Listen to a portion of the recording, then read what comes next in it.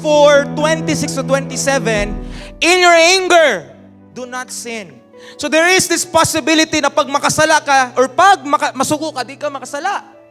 Paul is telling us, do not sin when you get angry. Dili ibig sabihin na ang angry or anger is a sin, but in your anger, make sure na di ka makasala. Do not sin.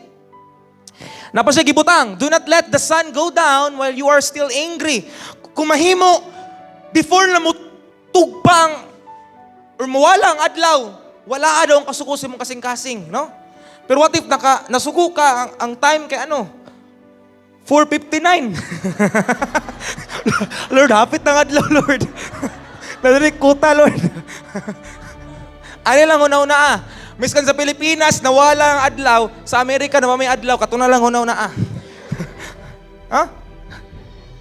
Kaya nga naman, o di pasabot na, do not let the sun go down while you're still angry. Ang pasabot kay ayaw tugutan ang imong kasuko, magdugay sa imong kasing-kasing.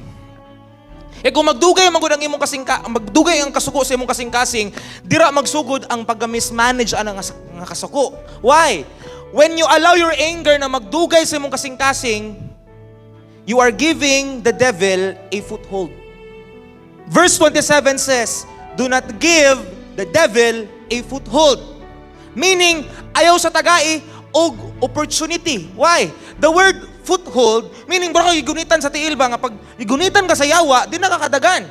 So it came from the Greek word topos, which means place or opportunity. Kung gitagaan mo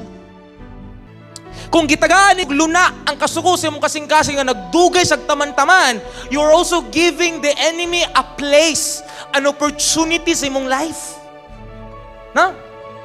That's why, kung tanaw pa to ang another pa na meaning anang topos, the Greek word topos, diragikan ang word na topography. Unsa man topography? Pamiuntag topography, like for example, mga anak unsa topography sa tagum?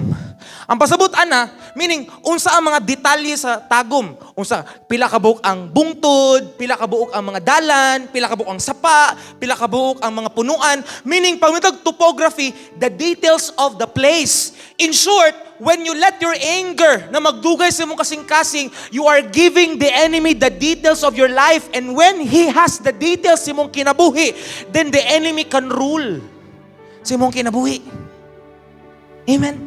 Di ba, ano ba yung mga kalaban, di ba, sa gira, for example, before nila, siguro ng isa ka lugar, kasi pasikot-sikot ato na butang, or na lugar, para hawod sila ato nga lugar, and ma-conquer to nila